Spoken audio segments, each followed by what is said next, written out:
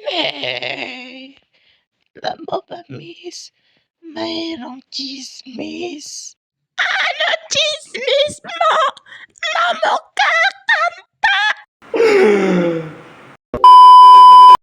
Hello. Papakilala ko sa inyo kung sino yung taong nag-inspire sa akin. At si Karen Nicole P. Ramos. Ito. Ayan siya, guys. Si Karen Nicole P. Ramos is naging friend ko na since grade 1 to grade 3 namin sa Senior Santiago Learning Center. Kat yung friendship namin is nagsimula dahil sa Minecraft. Hindi nagsimula sa school or sa ibang sa Minecraft nagsimula yung friendship namin. Kaya, yon. Wah, wah, wah, wah, wah, nagsimula yung friendship namin katulad yung sabi ko nung umpisa, grade 1 to grade 3 and so on hanggang grade 9 till today. And madaming like pinagdaanan ang friendship namin, like ang daming kababaliwan, ang daming kung ano-anong ginagawa namin. So, story niya. So, since grade 1 to grade 3, parang ganun lang, mga normal lang, kahit ano-ano yung pinagagawa since bata nga eh. And then, nung grade 6 na kami, naging trio kami. And yun, doon nagsimula kung saan kami gumagala, kung trip namin, kung sa tingin namin masaya, gagawin namin. Basta kahit ano, basta masaya yung gagawin namin. Grade 7 to 8, same lang din sa grade 6, pero kalma onti sa, like sa kalalaan. Kalma onti sa kalalaan. And ngayong grade 9, like, chill lang. Alam, parang more on sa cellphone na ngayon. And kaya doon, parang kung anong trip lang namin doon.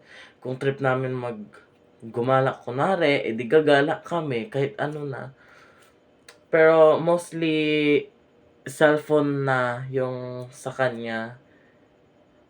Sa tingin ko, puro cellphone and para sa akin puro cellphone din. 'Yun. Brrr, brrr, meow, meow, brrr, kru. Pinili ko si Karen Nicole P. Ramos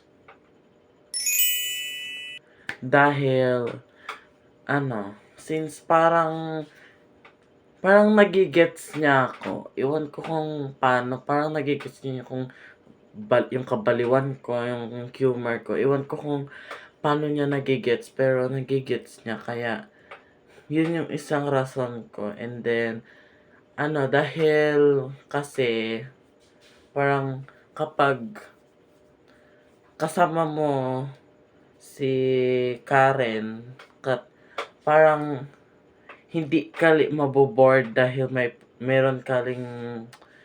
parang meron kang kaibigan na nasa gilid mo lang nagbibigay ng energy. Parang ganon. Para siyang taga-change ng mood na type ng person. Para siyang ganon. Isa dahil doon. And because, yun nga, nagigets niya ako, nagigets ko siya, edi parang, yun, edi, tas best friends din kami, close friends, and then, like, yun, sinasamahan niya ako kung saan, kung need help ko, tulungan niya ako, pag need help niya, tulungan ko siya, ganon lang, parang, help each other, parang ganon. ASMR.